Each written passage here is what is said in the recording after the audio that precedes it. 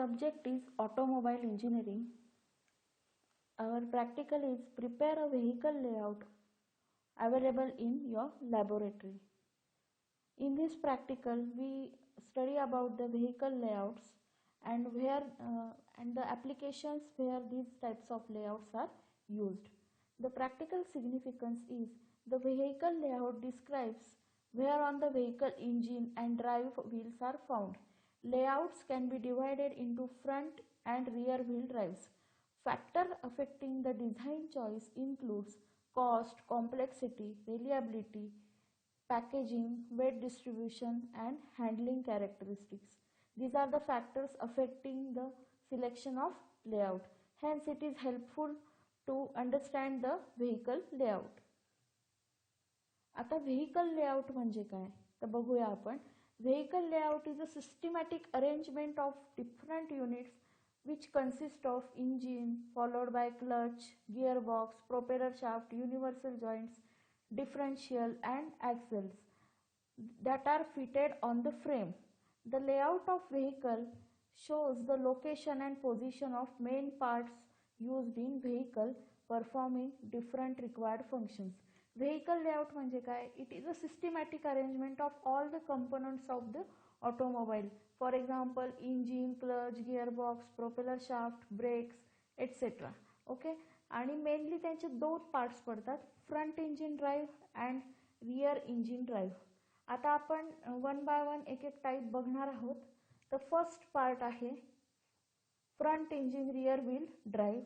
Second is front engine front wheel drive. Third one is rear engine rear wheel drive. आणि fourth one is all wheel drive or four wheel drive. Okay. आता हा general layout आहे व्हेकलचा. Okay. आपण आता या point पासून सुरुवात करू. ही काय आहे? चेसिस आहे. चेसिस म्हणजे काय? It is a skeleton or frame on which all the vehicle parts are mounted. Then it is differential. Differential काय करतो? मोटिव्ह पॉवर प्रोव्हाइड करतो व्हील्सला while turning. Okay. Then it is a leaf spring. Leaf spring is a part of suspension.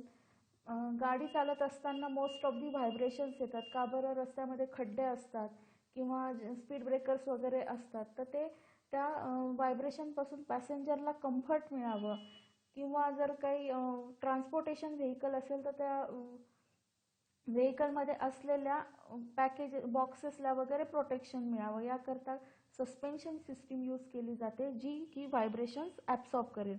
त्यातला हा एक main component असतो तो म्हणजे लीफ स्प्रिंग. नंतर आहे युनिव्हर्सल जॉईंट. युनिव्हर्सल जॉईंट काय करतं? टॉर्क ट्रान्सफर करतं at an angle. Okay. Inclined अँगलला टॉर्क ट्रान्सफर करायचं काम कोण करतं? युनिव्हर्सल जॉईंट करतं. नंतर sliding joint. Okay. Because of the road irregularities, there may be a change in length. So, to accommodate change in length, sliding joints are used. Then again steering. Steering कशासाठी असतं? आपल्याला turn घेण्यासाठी किंवा Dzire motion provide करण्यासाठी steering आवश्यक असतं. तर हे स्टिअरिंग व्हील आहे आणि हे प्रॉपर सुटेबल लिंकेजेसनी व्हील्सला कनेक्ट केलेलं असतं. म्हणजे आपण इथून या व्हीलला मोशन दिली तशी डिझायर मोशन आपल्या व्हेकलला मिळते. नंतर it is a fuel tank. Fuel tank is for the storage of fuel. Then again it is a universal joint. जसे रिअरला लावलेले असतात तसे फ्रंटला पण लावलेले आहेत. नंतर it is a front axle and this is rear axle on which differential is mounted. Then it is wheel and tyre. these are also wheel and tire. Okay. This is main part of the vehicle, that is engine. It provides motive power or it generates motive power from the fuel. It converts the chemical energy of fuel or heat energy into required mechanical motion. Then it is a radiator fan. आता radiator आणि radiator fan कशासाठी use केला जातो? Radiator हा component आहे जो की इंजिनला आपण कूल करण्यासाठी जे कूलिंग वॉटर वापरतो ते हीट होत जातं. ओके. त्या वॉटरला कूल करण्यासाठी रेडिएटर फॅन वापरला जातो. जर इंजिन फ्रंटला असेल तर रेडिएटर कूलिंग नॅचरल एअरनी होतं. जर इंजिन बॅक साईडला असेल तर रेडिएटर कूलिंगसाठी आपल्याला सेपरेट अरेंजमेंट प्रोव्हाइड करावी लागते. Then it is clutch. Clutch is used to engage and disengage the engine shaft to the gearbox shaft. म्हणजे in engage position clutch when the clutch is in engage position इंजिनने जी काही power generate केली असेल ती पुढे transfer होते आणि जेव्हा clutch disengage पोझिशनला असतो तेव्हा इंजिन जी काही पॉवर प्रोड्यूस करतो ती पुढे ट्रान्सफर होत नाही. Then it is gearbox. Gearbox कशाला वापरतात? To vary the speed, to reverse the vehicle, या गोष्टींसाठी गिअरबॉक्स वापरला जातो. जनरली 6 गिअर्स असतात. First gear, second gear, third gear, fourth gear, fifth gear and reverse. Okay, these are the position of gears. Then it is silencer. Silencer काय करतो? Exhaust system मधला हा एक मेन कॉम्पोनंट आहे. Then it is propeller shaft. Propeller shaft transfers the power from gearbox to the differential so that differential can distribute the power to both the wheels. आता आपण एक एक कंपोनंट्स बघूया. तर फर्स्ट कंपोनंट आहे frame. It is a skeleton to hold the major units together. It has two types: framed, that is conventional press steel frame, or integral or frameless construction. आता frame कन्स्ट्रक्शनचे काही advantages आणि disadvantages आहेत ते मी तुम्हाला सांगते. तर frame construction is heavy in weight. It is mostly used in trucks and buses. Framed construction requires more fuel consumption. Manufacturing cost is also more for the frame type of construction. Then repair cost is less due to high impact resistance. आता या frame कन्स्ट्रक्शनचा impact resistance हाय असतो त्यामुळे त्याची repair cost low आहे. Okay.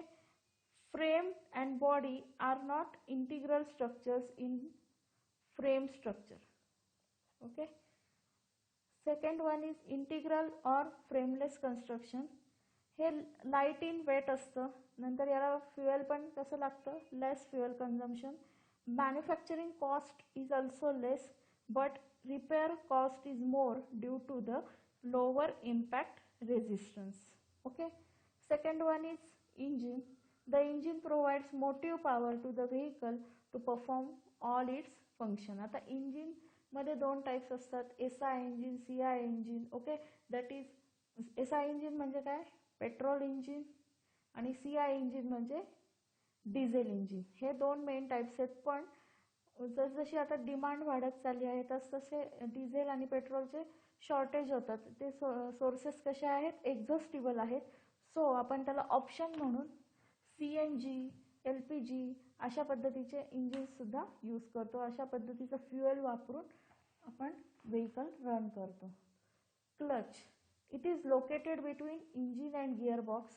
मी मागच्या लेआउटमध्ये तुम्हाला जसं दाखवलं तसं इंजिन आणि गिअरबॉक्सच्या मध्ये आहे. आणि याचं फंक्शन काय? To connect and disconnect rear wheels when desired. Okay. To connect engine to the driving wheels without shock. हे क्लचचं फंक्शन आहे. नंतर gearbox. Functions are to vary the speeds of vehicle, to provide neutral position and to reverse the car or vehicle. Universal joint and propeller shaft. Universal joint it is a integral part of propeller shaft. तर या दोघांचं मिळून function काय? Transfer torque at varying angle. Then it transmit rotary motion and power to the differential. आणि जर काही लेंथमध्ये change झाला तर तो प्रोपेलर शाफ्ट काय करतं? अकोमोडेट करतं. त्यामुळे तुमच्या व्हेकलच्या सिस्टीमला डिस्टर्बन्स होत नाही. Then differential. Differential allow to each rear wheel to rotate at different speed during turning but at the same time transmit equal torque to each wheel when both wheels have equal traction. म्हणजे जेव्हा turning घ्यायचं नसतं तेव्हा दोन्ही व्हील्सना, मागच्या चाकांना differential equal power provide करतो, पण while turning outer wheels get more power, that is more speed than the inner wheel because of this differential. Rear axle, the power from differential is transmitted to the rear wheel by rear axle. Wheel and tire, the wheels along the tire has to take vehicle load. Okay, व्हेकलचा पूर्ण load जो आहे wheel आणि टायरवर असतो आणि tyre काय करतं, cushioning effect provide करतं. कसं काय प्रोव्हाइड करतं, कारण टायर आणि व्हीलमध्ये काय असते, ट्यूब टायर असू द्या किंवा ट्यूबलेस टायर असू द्या, त्याच्यामध्ये एअर असते, त्यामुळे तो काय प्रोव्हाइड करतो, कुशनिंग इफेक्ट प्रोव्हाइड करतो. Then 9th one is suspension system. Suspension system it absorb, म्हणजे लिफ्ट स्प्रिंग याचं एक्झाम्पल आहे. It absorbs the vibrations and provides passenger comfort when the road shocks are there. Okay. Steering system. It is used to change the direction of motion of the vehicle by turning the front wheel. The front wheels are linked to the steering wheel which is operated by driver. आता जेव्हा vehicle turn घेतं तेव्हा फ्रंटचे जे चाकं असतात त्यांना आधी motion मिळते, सुटेबल मोशन मिळते. ती कशामुळे मिळते, with the help of steering system. आता हे कंट्रोल सिस्टीम, व्हेकल कंट्रोल सिस्टीमचं एक्झाम्पल आहे steering system, brake system. Okay, brake system काय करतं, एक तर व्हेकल स्टॉप करतं किंवा स्लो करतं depending upon the road situation. Brakes are important part of the control system. Then radiator, it is device used to cool hot engine cooling water for recirculation purpose. Engine continuously heat generate करत असतं because it generates power. तर ती जी heat आहे, heat जर increase झाली तर व्हेकलचंही temperature वाढेल. So to avoid that आपण कूलिंग वॉटरनी इंजिन कूल करत असतो, पण त्या कूलिंग वॉटरला कूल करण्याचं काम कोण करतं, रेडिएटर करतं. नंतर इलेक्ट्रिकल कंट्रोल्स. आता व्हेकलमध्ये electrical controls most of the ठिकाणी यूज केले जातात. लाइटनिंग सिस्टीम आहे गाडीची, किंवा बॅटरी, इग्निशन सिस्टीम. पेट्रोल इंजिनमध्ये जेव्हा फ्युएल इग्नाईट होतं तेव्हा स्पार्क प्लग इग्नाईट करतो fuel. So these controls are what, electrical controls. आता आपण वन बाय वन टाइप्स बघूया. हा आहे front engine rear wheel drive. याच्यामध्ये बघा तुम्ही स्ट्रक्चर, रेडिएटर फ्रंटला आहे. फ्रंट इंजिन फ्रंटला आहे आणि पॉवर कोणाला देतोय, रियर व्हील्सला देतोय. ओके, रियर व्हील्सला पॉवर प्रोव्हाइड केली जाते. आता मग जनरल जे व्हेकलमध्ये कंपोनंट्स असतात तेच याच्यामध्ये पण आहेत. इंजिन आहे, क्लच आहे, गिअर बॉक्स आहे, युनिव्हर्सल जॉईंट्स आहेत हे दोन. हा प्रोपेलर शाफ्ट आहे आणि हा डिफरन्शियल आहे. आता याचा एक महत्त्वाचा ॲडव्हान्टेज काय आहे की इक्वल वेट डिस्ट्रीब्युशन हा एक त्याचा महत्त्वाचा ॲडव्हान्टेज आहे. नंतर air cooling of radiator is done by natural air. So आपल्याला कुठलीही दुसरी अरेंजमेंट अटॅच करायची गरज नाही आहे याच्यामध्ये. आता रियर व्हील ड्राईव्ह लक्षात आलाच असेल की इंजिन फ्रंटला आणि ड्राईव्ह कोणाला प्रोव्हाइड केलं जातं, रियरला. म्हणून आपल्याला इथे प्रोपेलर शाफ्ट यूज करावा लागतो. आता आपण याचे ॲडव्हान्टेजेस, डिसॲडव्हान्टेजेस आणि ॲप्लिकेशन्स वगैरे बघूया.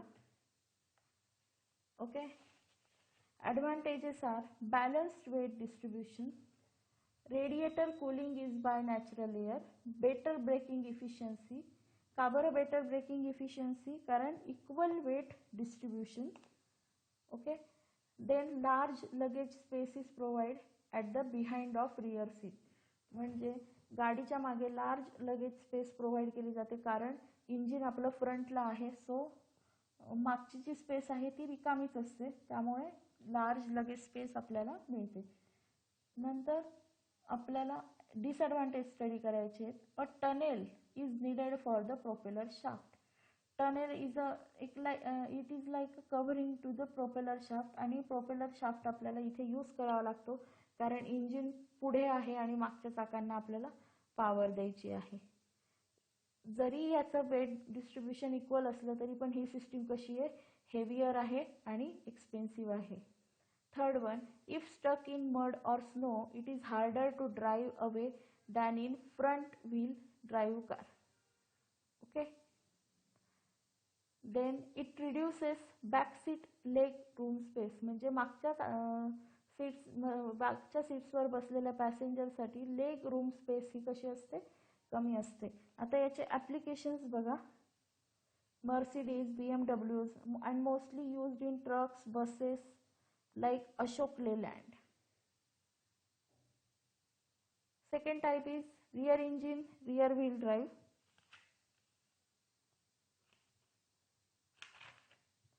सो आता बघा इथे इंजिन पण रिअरला आहे आणि ड्राईव्ह पण कोणाला दिलेला आहे, रिअर व्हील्सला दिलेला आहे. त्यामुळे इथे प्रोपेलर शाफ्ट एलिमिनेट झालेला आहे. सेम स्ट्रक्चर आहे, जसं नाव इंडिकेट करतं तसं स्ट्रक्चर पण आहे. मेन कंपोनंट्स कुठले आहेत, engine, clutch, gear box and rear wheel drive. Universal joints, हे जॉईंट्स असतातच.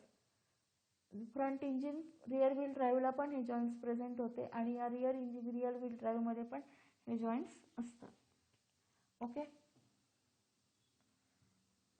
Excellent traction is available when the climbing hills. Traction म्हणजे काय, एक्सलंट फोर्स आपल्याला मिळतो जेव्हा आपल्याला हिल क्लाइम्बिंग करायचं असतं. Then large passenger space is available for given length of body. Third one is passengers are comfortable from engine noise. Okay, engine बिहाइंडला असल्यामुळे इंजिन नॉईजपासून पॅसेंजरला प्रोटेक्शन मिळतं. Disadvantages are space utilise for engine compartment is wasted. Second is at high speed, relatively high proportion of weight at the rear axle make the car unstable at high speed. आता सगळंच weight बिहाइंडला आहे आणि no equal weight distribution.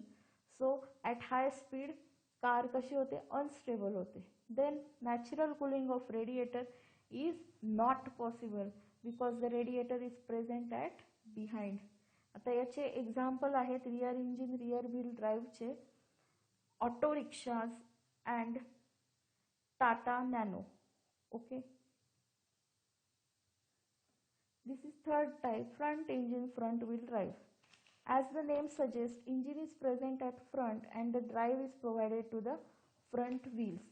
This is final drive, this is engine, this is clutch, okay, and these are universal joints.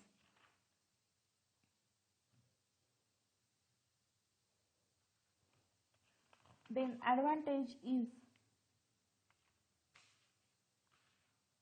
the vehicle has good adhesion on road as more weight is placed at front side on the vehicle. Good adhesion म्हणजे काय, good force is available. Okay. Disadvantage is it cannot be powerful cars as it is difficult to feed more power and increase the speed during understeering. Okay, this type of layout is used in Tata Tigor. The last one is four-wheel drive. Okay, याच्यामध्ये engine कुठेही असू द्या पण drive कोणाला मिळणार आहे, सगळ्या चाकांना आपल्याला इथे मोशन मिळणार आहे. आता हे या टाईपचं ॲप्लिकेशन कुठे यूज केलं जातं, तर mostly in military vehicles, jeeps and XUV 500 त्यामध्ये यूज केलं जातं. आता याच्यामध्ये एक ॲडिशनल कंपोनंट आलेला आहे, transfer case. Okay. Then gear box, आपल्याला चारी चाकांना व्हील पॉवर प्रोव्हाइड करायची आहे त्यामुळे gear box is there. Then this is CV joint. CV joints is nothing but the constant velocity joint. Okay. This is propeller shaft, this is our differential and this is rear axle, this is front axle. आता इथे दोन दोन differential लागतात, हे बघा, rear differential and front differential, कारण आपल्याला चारी व्हील्सला पॉवर प्रोव्हाइड करायची आहे. आता याचे ॲडव्हान्टेजेस बघूया. ट्रॅक्शन इज नियरली डबल्ड, म्हणजे force is nearly doubled as compare to two wheel drive. आता इथे चारी चाकांना प्रोव्हाइड केली जाते पॉवर, त्यामुळे याचा जो फोर्स आहे तो जास्त आहे and gives sufficient power. Disadvantages are manufacturing cost is high, more components and complicated in transmission. आता याच्यामध्ये 2 कंपोनंट्स एक्स्ट्राचे ॲड झालेले आहेत, ते म्हणजे ट्रान्सफर केस आणि फ्रंट डिफरन्शियल. जर कंपोनंट्स जास्त आहेत तर फ्युएल कन्झम्पशन पण जास्त होईल. So increased fuel consumption is the disadvantage of this type of layout. Okay, thank you.